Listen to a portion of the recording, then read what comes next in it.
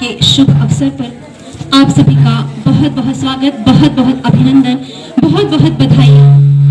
हमारा राष्ट्र निरंतर प्रगति पथ पर अग्रसर होता रहे, इस भावना के साथ हम सभी आज यहाँ एकत्र हुए हैं।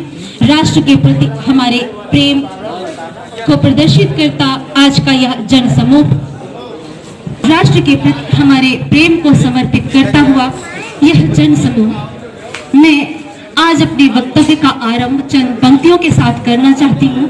स्वरचित पंक्तियाँ मात्र पंक्तियाँ नहीं होती, मात्र शब्द नहीं होते, मात्र अक्षरों का समूह नहीं होता है, वो हमारे हृदय के उद्गार होते हैं, हमारी भावनाएं होती हैं। किंतु उन पंक्तियों से पहले मैं अवश्य कहना चाहती हूँ, विशेष रूप से युवाओं के लिए, कारण क्या है कि उत्तर प्रदेश, जिस प्रदेश के हम निवासी हैं, उत्तर प्रदेश स्थापना दिवस मनाया जा रहा है, जिसका थीम निर्धारित किया गया है आत्मनिर्भर उत्तर प्रदेश, महिला, युवा, किसान, सबका विकास, सबका सम्मान। अर्थात हम सिर्फ विकास की बात नहीं करते, हम सिर्फ भौतिक समृद्धि की बात नहीं करते हैं, हम आत्म उत्थान की बात करते हैं, हम सम्मान की बात करते हैं। अपने आसपास देखिए, स्वयं के अंदर झांक कर देखिए, अपने परिवारों में देखिए, क्या एक परिवार के अंदर भी सभी को बराबर सम्मान दिया जा रहा है? अगर नहीं तो इस आह्वान के साथ आज दृढ़ प्रतिज्ञ होकर के आगे बढ़ें कि हमारे समाज में सभी को समान अधिकार हो, सभी का विकास हो, सभी का सम्मान हो। अरे हम तो उस धरती में जन्मे हैं जहां राम और कृष्ण जैसी विभूतियों ने जन्म लिया है, हम तो उस धरा में जन्मे हैं जहां मोहम्मद साहब जैसे विभूतियों ने जन्म लिया है। फिर हम कैसे पथभ्रष्ट हो सकते हैं? हम पश्चिम की अंधाधुंध अनुसरण में अपने जो हमारा आधार है, जो हमारा विश्वास है, जो हमारी मान्यताएं हैं, जो हमारे कण कण में व्याप्त है, हम उसको भुला दें। अगर हम उसे भुला देते हैं तो हमने अपने अस्तित्व को भुला दिया। आज के वक्तव्य में सर्वप्रथम मैं शहीदों को नमन करते हुए, न मात्र शहीदों को नमन करते हैं बल्कि आज के उन योद्धाओं को भी हम नमन करते हैं जो निरंतर प्रगति पथ पर अग्रसर हो रहे हैं, स्वयं का विकास कर रहे हैं, समाज का विकास कर रहे हैं, राष्ट्र के उत्थान में निरंतर कार्यरत हैं। निरंतर कार्यरत कहने की आवश्यकता क्यों पड़ रही है दोस्तों? निरंतर कार्यरत कहने की आवश्यकता इसलिए पड़ रही है क्योंकि कहीं ना कहीं, किसी न किसी कारण से युवा पथभ्रष्ट होने लग गया है। वो नशे का अनुसरण कर रहा है। जहां विवेकानंद ने जन्म लिया, जहां योगियों और ऋषियों ने निरंतर जन्म लेते रहे हैं और आज भी हैं, वहां का युवा पथभ्रष्ट हो, ये तो मानने का विषय ही नहीं हो सकता। नशे की लत से दूर हटे, अपने अस्तित्व को पहचाने, अपने अंदर सोए हुए योगी को उठने के लिए विवश कर दें। एक क्षण के लिए सोचिएगा, जब सुबह आपकी आंख खुलती है उसके बाद 2 घंटे तक तो आप बिस्तर पे पड़े हुए आलस्य में समय का वेस्ट करते रहते हैं, बर्बाद करते हैं समय को। उस समय क्या आपके अंतर से आवाज नहीं उठती है कि तुरंत उठ जाओ, आप योगियों की धरा में जन्मे हैं। अगर आपने 1 सेकेंड भी वेस्ट किया है तो आप राष्ट्र के साथ गद्दारी कर रहे हैं। राष्ट्रद्रोह होने का, राष्ट्रद्रोही होने का पाप अपने सर लेकर नहीं मरना है। हम आज मरने के लिए तैयार हैं लेकिन राष्ट्रद्रोही कहलाने के लिए नहीं। इन शब्दों के साथ मैं चंद स्वरचित पंक्तियों के साथ आपके समक्ष प्रस्तुत करती हूँ। पंक्तियां सौभाग्य हमारे शीर्षक के अंतर्गत है। वतन का मान है जिनसे उन्हें मैं गुनगुनाती हूँ, वतन का मान है जिनसे उन्हें मैं गुनगुनाती हूँ, परम अमृतमयी गाथा तुम्हें मैं अब सुनाती हूँ। वतन का मान है जिनसे उन्हें मैं गुनगुनाती हूँ, परम अमृतमयी गाथा तुम्हें मैं अब सुनाती हूँ। मेरे सौभाग्य पर मुझको अटल अभिमान है प्यारे, मेरे सौभाग्य पर मुझको अटल अभिमान है प्यारे, उसे सौभाग्य का अपने तुम्हें भागी बनाती हूँ, परम अमृतमयी गाथा तुम्हें मैं अब सुनाती हूँ। वतन का मान है जिनसे उन्हें मैं गुनगुनाती हूँ। ये मेरा सौभाग्य है, माँ शारदा की असीम अनुकंपा है मेरे ऊपर कि मैं अपने मनोभावों को इन पंक्तियों के माध्यम से आपके समक्ष प्रस्तुत कर पा रही हूँ। और अगर एक व्यक्ति के अंतस में भी इन पंक्तियों के माध्यम से राष्ट्र प्रेम का उद्गार प्रकट हो सके तो मैं अपने आप को धन्य समझूंगी, मेरा जीवन सफल हो जाएगा। सभी इन पंक्तियों का श्रवण करें, मनन करें और मैं अपेक्षा करती हूँ कि श्रवण करने के साथ अपने तालियों के साथ मेरा उत्साह वर्धन भी करते रहें। माँ सरस्वती की अनुकंपा से मैं अपनी पंक्तियां आपके समक्ष प्रस्तुत करती रहूंगी। वतन का मान है जिनसे उन्हें मैं गुनगुनाती हूँ, परम अमृतमयी गाथा तुम्हें मैं अब सुनाती हूँ। सदकाम ना लेकर हृदय में जो नहीं सोए, सदकाम ना लेकर हृदय में जो नहीं सोए। आप 10 घंटे सोकर भी कहते हैं नींद पूरी नहीं हुई। उन अमर शहीदों की बात करिए जो रातों तक नहीं सोए, जो निरंतर प्रगति पथ पर राष्ट्र को ले जाने के लिए अपने प्राणों को न्यौछावर करते रहे, जो तिल तिल कर मरते रहे लेकिन आपको जीवन देकर के गए हैं। बहुत अच्छा, बहुत बहुत अभिनंदन आप सभी का इस उत्साह वर्धन के लिए, बहुत बहुत धन्यवाद। सदकाम ना लेकर हृदय में जो नहीं सोए, वतन के मान पर मिटते हुए विचलित नहीं होए। हो धैर्य सागर सा लिए और तेज सूरज सा, हो धैर्य सागर सा लिए और तेज सूरज सा, मेरी माँ भारती के मान का मणिरत्न वो होए। माँ भारती के मान का मणिरत्न वो होए। बहुत बहुत आभार, बहुत बहुत आभार। परम अमृतमयी गाथा तुम्हें मैं अब सुनाती हूँ, वतन का मान है जिनसे उन्हें मैं गुनगुनाती हूँ।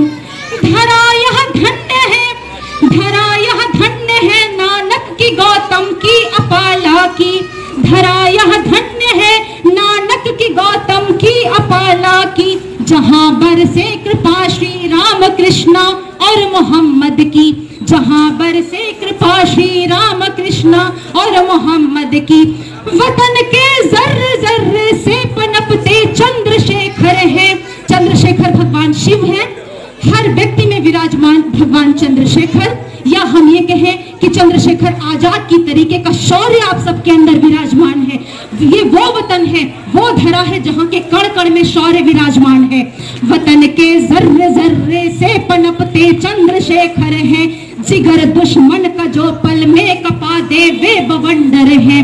वतन के जर्रे जर्रे से पनपते चंद्रशेखर है, जिगर दुश्मन का जो पल में कपा दे वे बवंडर है। परम अमृतमयी गाथा तुम्हें मैं अब सुनाती हूँ, वतन का मान है जिनसे उन्हें मैं गुनगुनाती हूँ। अंतिम छंद आपको विशेष रूप से समर्पित है। आज का युवा वर्ग जो कहीं ना कहीं आमोद प्रमोद में खुद को लिप्त करता चला जा रहा है, लेकिन ऐसा नहीं है कि वो जिस ऋषि परंपरा का अनुयायी है वो उसका अनुयायी नहीं रह गया। मात्र सुप्तावस्था में जाना, उसको नकार देना नहीं होता है। आपके अंदर आज भी वही आनुवंशिकता है। आप आनुवंशिक रूप से योगी हैं, आप आनुवंशिक रूप से ऋषि हैं। अपने अंतस को जगाइए।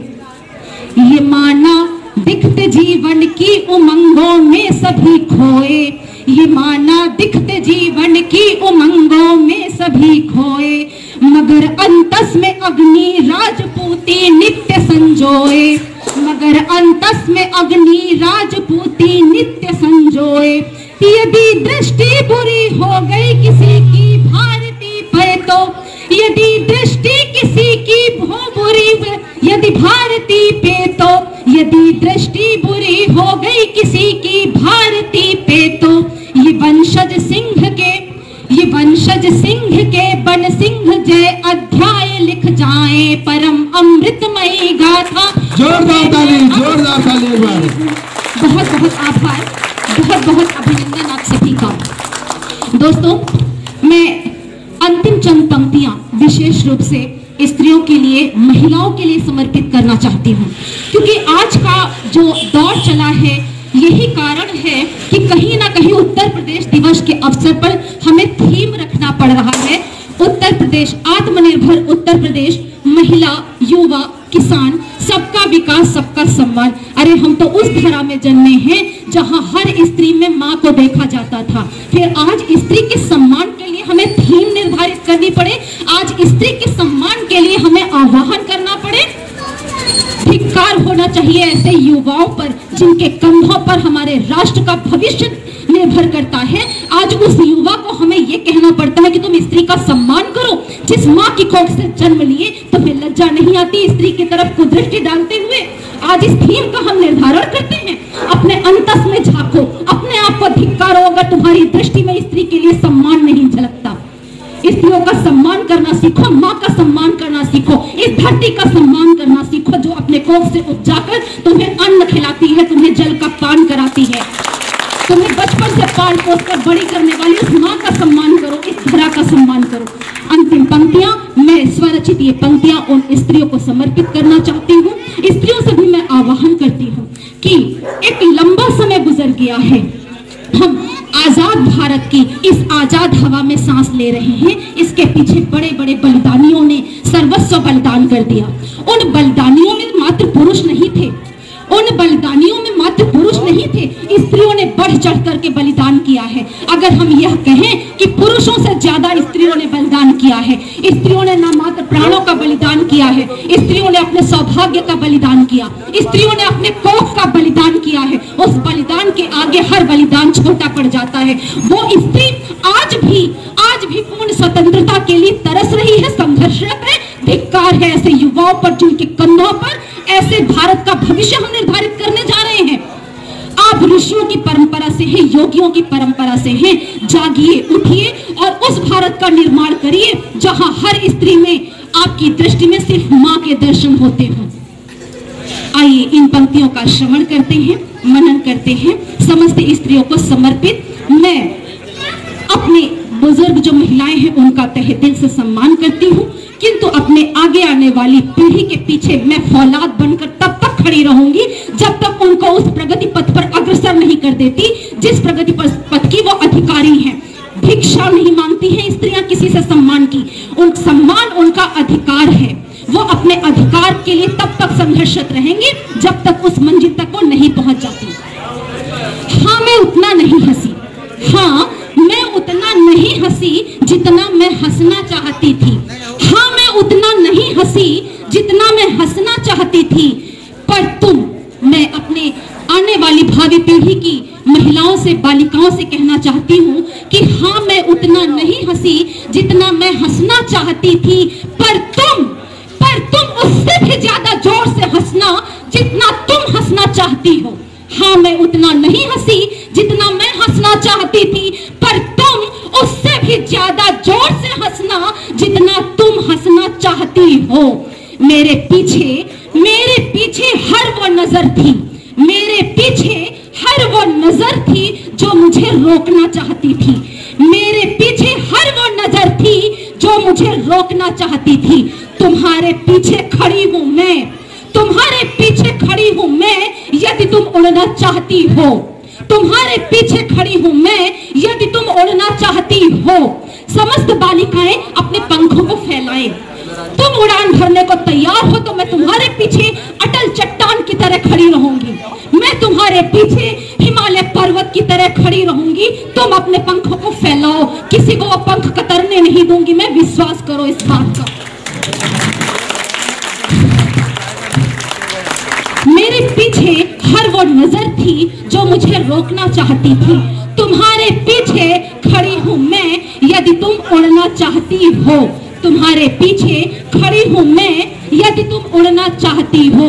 पर तुम्हें अपने पंखों की ताकत पहचानना होगा, पर तुम्हें अपने पंखों की ताकत पहचानना होगा, अपनी ऊंचाई का दायरा तो स्वयं बनाना होगा, पर तुम्हें अपने पंखों की ताकत पहचानना होगा, अपनी ऊंचाई का दायरा तो स्वयं बनाना होगा। यह अधिकार किसी को किसने दे दिया कि मैं कितना ऊंचा उड़ सकती हूँ, ये दायरा दूसरा तय करे। वास्तविक सम्मान तो यही है कि हम स्त्रियों के विचारों को सम्मान दिया जाए।